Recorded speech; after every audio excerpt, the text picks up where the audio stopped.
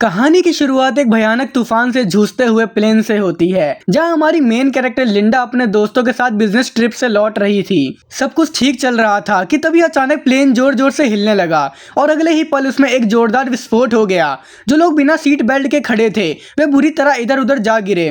इसके तुरंत बाद कैबिन का हिस्सा प्रेशर के कारण फट गया और तेज हवा के झोंकों में कुछ लोग सीधे बाहर उड़ गए। इसी अफरा तफरी के बीच मैनेजर ने अपनी जान बचाने के लिए लिंडा का पैर कसकर पकड़ लिया। वही एक आदमी मदद के लिए बॉस की ओर बढ़ा, लेकिन बॉस ने उसे बेरहमी से बाहर की तरफ धकेल दिया। मगर गिरते वक्त उसने मैनेजर का पैर पकड़ लिया, जिससे उसका बैलेंस पूरी तरह बिगड़ गया और दोनों एक साथ प्लेन से बाहर गिर पड़े। लिंडा अभी इस सदमे से उभर भी नहीं पाई कि तभी उसे महसूस हुआ कि चारों तरफ अंधेरा छाने लगा है और प्लेन बेकाबू होकर सीधे समुद्र की तरफ जा गिरा है। खुशकिस्मती से टक्कर का एंगल ऐसा था कि प्लेन तुरंत फटा नहीं और उसकी जान बच गई। लेकिन तेजी से अंदर घुसते पानी को देखकर लिंडा ने तुरंत सीट बेल्ट खोली और तैरकर बाहर निकल आई। लेकिन बच जाने के बाद भी उसे कोई राहत नहीं मिली, क्योंकि वह अब एक सुनसान और कभी खत्म ना होने वाले समुद्र के बीच फंसी हुई थी। तभी दूर से एक छोटा सा टापू नजर आया और वह पूरी ताकत लगाकर उसकी तरफ तैरने लगी।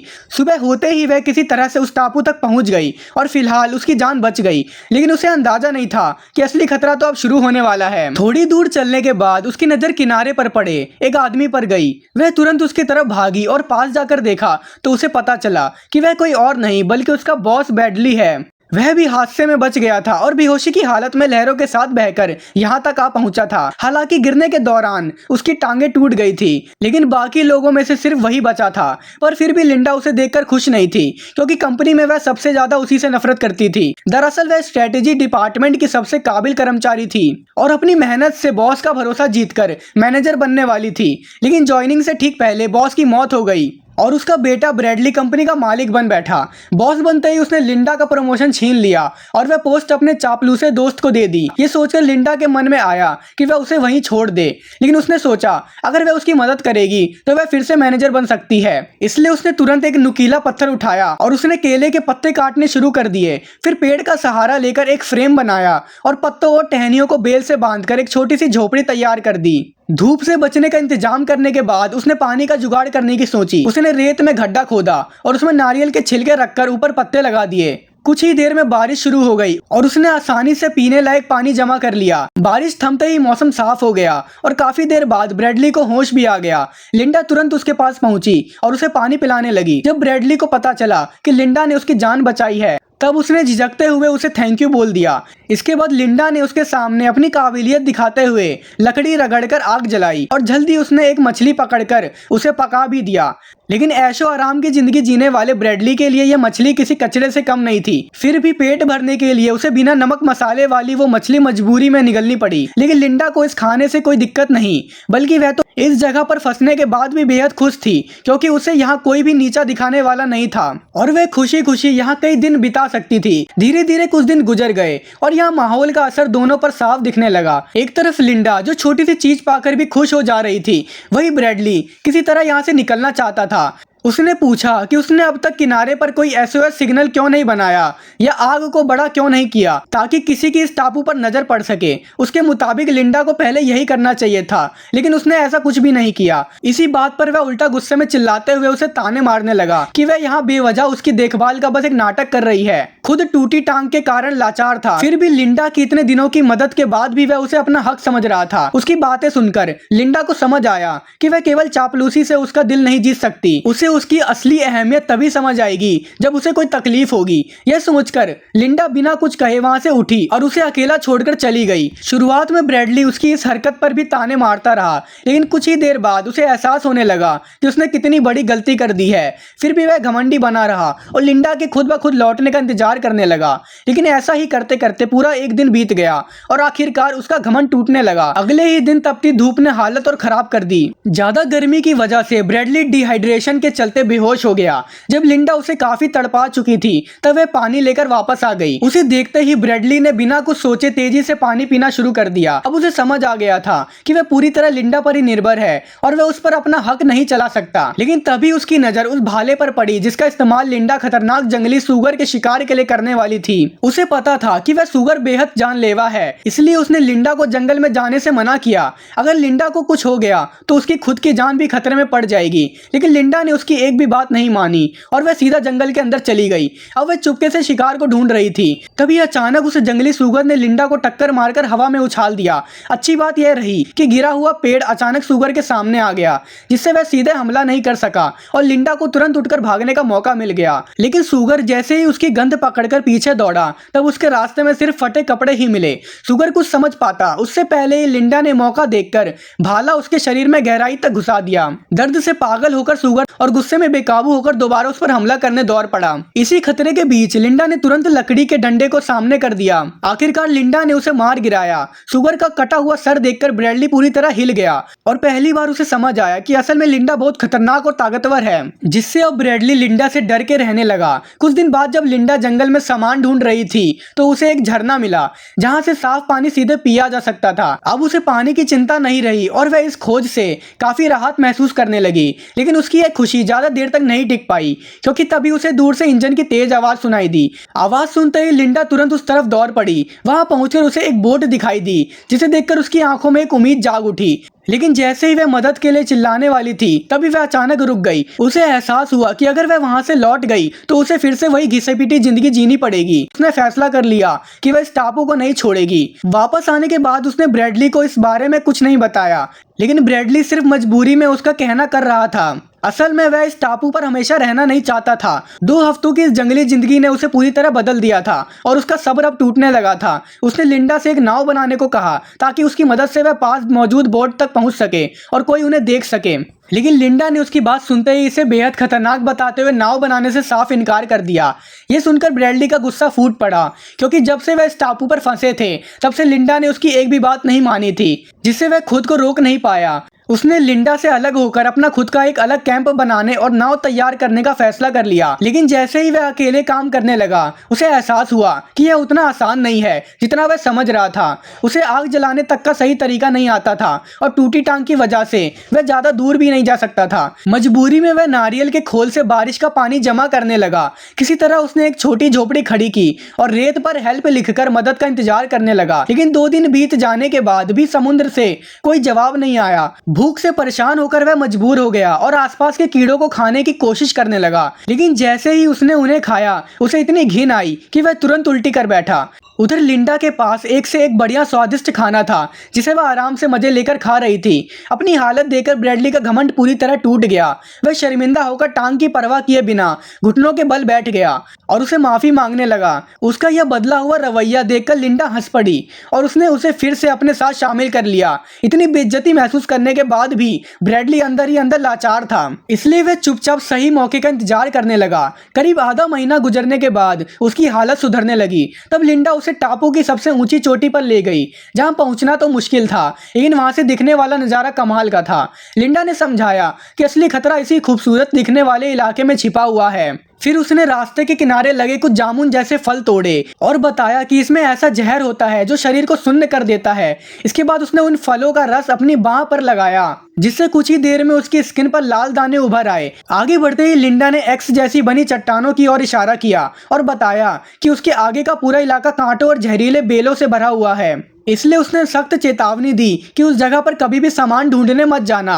यह सुनते ही ब्रैडली के दिमाग में एक चालाक प्लान आया और वापस लौटते समय उसने थकान का बहाना बना लिया। फिर वह धीरे से जहरीले फलों के पास बैठ गया। जैसे ही उसने चुपके से कुछ जहरीले जामुन तोड़े, तभी अचानक जमीन धंस गई और लिंडा नीचे जा गिरी। ब्रैडली घबरा गया और तुरंत उसे ऊपर खींचने लगा। भले ही वह लिंडा से नफरत करता था, लेकिन वह उसे इस तरह मरते हुए नहीं देख सकता था। आखिरकार उसकी कोशिश से लिंडा की जान बच गई और पहली बार उसने बिना कुछ कहे ब्रैडली पर भरोसा करना शुरू कर दिया। कुछ ही दिनों बाद समुद्र में तेज तूफान आ गया। किनारे के पास बनी उनकी झोपड़ी इस आंधी में पूरी तरह टूट गई और पेड़ों के गिरने से हालत खराब हो गई। अच्छी बात यह रही कि उन्हें पहले ही पास में एक गुफा मिल गई, इसलिए दोनों तुरंत वहां भागकर छिप गए। उस वक्त दोनों पूरी तरह भीग चुके थे और ठंड से बचने के लिए उन्हें अपने कपड़े उतारकर एक दूसरे से चिपक कर सोना पड़ा। इस नजदीकी के चलते लिंडा को धीरे धीरे ब्रैडली से प्यार होने लगा। जल्दी ब्रैडली को जंगल में मौजूद हर जहरीले फल की पहचान हो गई। अपने हुनर को दिखाने और लिंडा का शुक्रिया अदा करने के लिए उसने आज रात खुद खाना बनाने का फैसला किया। लिंडा ने बिना ज्यादा सोचे उसकी बात मान ली और उसे मौका दे दिया। हैरानी की बात यह रही कि उसने जो खाना बनाया वह सच में काफी टेस्टी था, लेकिन जैसे ही लिंडा ने थोड़ा सा खाना खाया तभी अचानक उसे चक्कर आने लगे और उसकी नजर धुंधली पड़ गई। कुछ ही पलों बाद वह खुद को संभाल नहीं पाई और सीधे जमीन पर गिर पड़ी। लेकिन ब्रैडली ने उसकी तरफ पलट कर भी नहीं देखा और तुरंत जंगल की तरफ भाग गया। थोड़ी देर बाद वह लकड़ी की नाव खींचते हुए वापस लौटा। असल में उसे पहले ही समझ आ गया था कि लिंडा उसे यहाँ से जाने नहीं देना चाहती। अब वह खुशी खुशी उस गंदी सी नाव को पानी में धकेलने लगा और बिना पीछे देखे तेजी से समुद्र की तरफ बढ़ गया। लेकिन वह ज्यादा दूर नहीं जा पाया था कि अचानक एक बड़ी लहर ने उसकी नाव को तोड़ कर रख दिया। अगले ही पल उससे भी विशाल लहर उठी और उसे सीधा समंदर के अंदर खींच ले गई। खुशकिस्मती से वह ज्यादा दूर नहीं गया था, इसलिए होश में आते ही लिंडा ने तुरंत उसे किनारे खींचकर बचा लिया। होश में आते ही ब्रैडली घबराकर उसे माफी मांगने लगा, लेकिन लिंडा ने कुछ नहीं कहा और चुपचाप उसे पका हुआ केकड़ा थमा दिया। ब्रैडली ने बिना सोचे समझे उसे खा लिया, लेकिन कुछ ही देर में उसका मुंह अजीब तरीके से सुन्न पड़ गया। देखते ही देखते यह असर उसके पूरे शरीर में फैलने लगा और वह समझ नहीं पाया कि आखिर हो क्या रहा है। तभी लिंडा ने सच्चाई बताई कि यह ब्लू रिंग ऑक्टोपस का जहर है जो शरीर को सेकंडों में पैरालाइज कर देता है और इंसान चाहकर भी हिल नहीं पाता। असल में यह सब उसने ब्रैडली को सबक सिखाने के लिए किया था। इसके बाद उसने एक चाकू निकाला, उसे थोड़ा गर्म किया और तुरंत ब्रैडली की पैंट उतार दी। धीरे धीरे वह उसके पास आई और इशारों में उसे समझाने लगी कि वह अब क्या करने वाली है। यह देखकर ब्रैडली बुरी तरह घबरा गया। तभी अचानक लिंडा ने चाकू चलाया जिससे ब्रैडली का गला लाल हो गया। यह देखकर लिंडा मुस्कुराने लगी। फिर उसने वो चीज दिखाई जिसे उसने काटा था। दरअसल वह कोई इंसानी अंग नहीं बल्कि एक चूहा था। यह सब उसने सिर्फ ब्रैडली को डराने के लिए किया था ताकि वह दोबारा ऐसी हरकत करने की हिम्मत ना करे। उसकी चालाकी और हाथ में पकड़े चाकू ने ब्रैडली का सारा घमंड तोड़ दिया और वह बिना सवाल जवाब किए उसका कहना मानने लगा। लेकिन यह कंट्रोल लिंडा ज्यादा देर तक एंजॉय नहीं कर पाई। एक दिन जब वह सामान ढूंढ रही थी तभी फिर से दूर से इंजन की आवाज सुनाई दी। इस बार सामने वाला भी उसे देख चुका था। जैसे जैसे नाव पास आई लिंडा ने देखा कि वह कोई और नहीं बल्कि ब्रैडली की मंगेतर जैनी थी। जबरन जैनी को देखकर मुस्कुराने लगी जैसे वह उसे बेहद देखकर खुश हो। फिर मजबूरी में उसने जैनी को बता दिया कि ब्रैडली जिंदा है, लेकिन लिंडा अभी भी इस टापू को छोड़ना नहीं चाहती थी, जबकि जैनी को अब उन दोनों के जिंदा होने का सच पता चल चुका था। हालांकि यह बात सिर्फ जैनी और उसके साथ आई गाइड को ही पता था। इसी वजह से लिंडा ने मन ही मन एक खतरनाक फैसला कर लिया। उसने झूठ बोला कि उसे एक छोटा रास्ता पता है और दोनों को उसी दिशा में ले जाने लगी। थोड़ी देर बाद वो उन्हें एक खतरनाक चट्टानों के किनारे पर ले गई जहां वह खुद मरते मरते बची थी। फिर उसने जूते के फीते बांधने का बहाना बनाया और दोनों को आगे बढ़ने के लिए कह दिया। जैसे ही जैनी ने आगे कदम रखा जमीन अचानक धंस गई और वह सीधा नीचे गिरने लगी। दरअसल यह सब लिंडा का दोनों को मारने का प्लान था, लेकिन किस्मत से सिर्फ जैनी ही फंसी और गाइड अभी भी जिंदा था। उसी वक्त लिंडा अंदर ही अंदर सोच में डूब गई कि वह क्या करे और क्या ना करे। कुछ समय बाद वह अकेले ही ब्रैडली के पास लौट आई और बाकी दोनों के साथ क्या हुआ यह जल्द ही पता चलने वाला था। चट्टान से लौटने के बाद लिंडा अंदर ही अंदर टूटती जा रही थी। उसे खुद पर यकीन नहीं हो रहा था कि उसने यह क्या कर दिया है। तभी ब्रैडली वहां आया और उसे जंगल चलकर खाना लाने को कहा, लेकिन लिंडा ने तबीयत का बहाना बनाकर साफ मना कर दिया। मौका मिलते ही ब्रैडली ने चाकू उठाया और बिना कुछ कहे जंगल की तरफ निकल गया। जंगल के अंदर पहुंचते ही उसने शिकार करने का फैसला किया और कुछ देर पीछा करने के बाद उसे एक छोटा जंगली सुअर नजर आया। वह धीरे धीरे उसके करीब पहुंचा, लेकिन अगले ही पल अचानक उसकी नजर जमीन पर गई। दरअसल जहां सुअर मिट्टी खोद रहा था वहीं से इंसान का एक हाथ बाहर निकला हुआ था। करीब जाकर देखते ही ब्रैडली के होश उड़ गए क्योंकि वह हाथ उसकी अपनी मंगेतर का था। उसके हाथ में सामने आते ही ब्रैडली का गुस्सा बेकाबू हो गया और वह तेजी से लिंडा की तरफ भागा। जैसे ही लिंडा ने उसे अपनी ओर आते हुए देखा वह एक पल के लिए घबरा गई। ब्रैडली ने हाथ में अंगूठी दिखाते हुए पूछा कि तुमने ऐसा क्यों किया। अंगूठी देखते ही लिंडा सब समझ गई। उसने खुद को बचाने के लिए कहा कि यह सब एक हादसा था, लेकिन ब्रैडली को उसकी बात बिल्कुल भी यकीन नहीं हुआ। हालात बिगड़ते देख लिंडा ने धीरे से अपनी कमर की तरफ हाथ बढ़ाया, लेकिन ब्रैडली पहले ही वह चाकू चुरा चुका था। यह देखकर लिंडा घबरा गई और तुरंत जंगल की ओर भागने लगी। ब्रैडली भी उसके पीछे दौड़ पड़ा। जब लिंडा दरअसल वह उसी जहरीले इलाके की तरफ बढ़ रहा था जहां जाने से लिंडा ने मना किया था। यह देखकर लिंडा ने उसका पीछा नहीं किया और चुपचाप वापस लौट गई। काफी दूर भागने के बाद भी ब्रैडली के साथ कुछ नहीं हुआ, लेकिन जैसे ही उसने सामने देखा तब उसके होश उड़ गए क्योंकि दो विशाल चट्टानों के बीच उसे एक आलीशान विला दिखाई दिया, जिससे साफ हो गया था कि यह कोई सुनसान टापू नहीं बल्कि किसी का प्राइवेट आइलैंड है। उम्मीद की एक नई किरण के साथ ब्रैडली तुरंत वहां पहुंचा और मदद के लिए चिल्लाने लगा, लेकिन अंदर से कोई जवाब नहीं आया। तभी उसने देखा कि दरवाजा खुला हुआ है। घर के अंदर घुसते ही ब्रैडली ने जल्दी जल्दी लाइट ऑन की और हर जगह नजर दौड़ाकर कुछ काम की चीजें तलाशने लगा। तभी उसकी नजर फ्रिज पर पड़ी और उसे खोलते ही अंदर तरह तरह के मॉडर्न ड्रिंक्स सजे हुए दिखाई दिए। प्यास से बेहोश ब्रैडली ने तुरंत एक पानी की बोतल उठाकर पीना लगा, लेकिन तभी अचानक सब कुछ बदल गया। न जाने कैसे स्पीकर से लिंडा की आवाज गूंज उठी और उसकी बात सुनते ही ब्रैडली को पूरी सच्चाई समझ आने लगी। उसे एहसास हुआ कि जहरीले इलाके वाली सारी बातें झूठ थी और सिर्फ उसे इस जगह से दूर रखने के लिए यह कहानी बनाई गई थी। अब लिंडा ने बिना किसी झिझक के सब कुछ साफ साफ बता दिया। असल में जो जहाज उसने पहली बार देखा था वह हर महीने यहाँ सप्लाई देने आता था और उसी के जरिए उसे इस आलीशान विला का पता चला था। यहाँ आने के बाद उसने छुपकर दरवाजे का पासपोर्ट देख लिया और फिर सही मौके पर इस जगह पर पूरी तरह कब्जा कर लिया। हालांकि असली मालिक यहाँ बहुत कम आता था, इसलिए वह हर बार सब कुछ साफ करके आराम से यहाँ रहती थी। किसी को शक भी नहीं होता था और सब कुछ उसके हिसाब से परफेक्ट चल रहा था। लेकिन जैनी के अचानक आने से उसका पूरा प्लान बिगड़ गया। अनजाने में हालात ऐसे बन गए कि उसे जैनी को मारने का कदम उठाना पड़ा। उसकी यह सच्चाई सुनकर ब्रैडली के रोंगटे खड़े हो गए। अंधेरे में इधर उधर टटोलने पर भी उसे कंट्रोल रूम नहीं मिला। तभी अचानक हालात पलट गए क्योंकि लिंडा खुद उसे ढूंढते हुए वहां पहुंच गई। दरअसल उसने पहले ही इस विला के अंदर से एक शिकार वाली बंदूक हासिल कर ली थी। ब्रैडली ने जैसे ही उसे देखा तो वह तुरंत घुटनों पर गिर गया और अपनी जान की भीख मांगने लगा। उसने कहा कि वह अब भागेगा नहीं बल्कि यहीं रहकर उसी के साथ जिंदगी बिताएगा। इतना ही नहीं, उसने यह भी कहा कि इस दौरान वह सच में उससे प्यार करने लगा है। बातें सुनकर लिंडा को कुछ गड़बड़ लगी। तभी उसकी नजर पीछे रखे बैल के सिर पर गई जहां से एक सीन गायब था और फिर अगले ही पल लिंडा ने पास रखी गोल्फ स्टिक उठा ली, जबकि ब्रैडली ने भी बंदूक अपने हाथ में ले ली। लेकिन जैसे ही उसने ट्रिगर दबाया बंदूक खाली निकली। असल में यह सब पहले से ही लिंडा का सोचा समझा प्लान था। अगले ही पल उसने बिना वक्त गवाए गोल्फ स्टिक उठाई और ब्रैडली पर लगातार वार करने लगी। आखिरी वार इतना जोरदार था कि ब्रैडली वहीं खत्म हो गया। यहीं पर कहानी भी खत्म हो गई। लिंडा ने पूरे विला को साफ करके खुद को एकमात्र जिंदा बची इंसान के रूप में पेश किया। फिर उसने इस पूरे हादसे को एक सर्वाइवल मिरेकल की तरह दिखाकर खुद को मशहूर बना लिया और धीरे धीरे वह बहुत अमीर बन गई।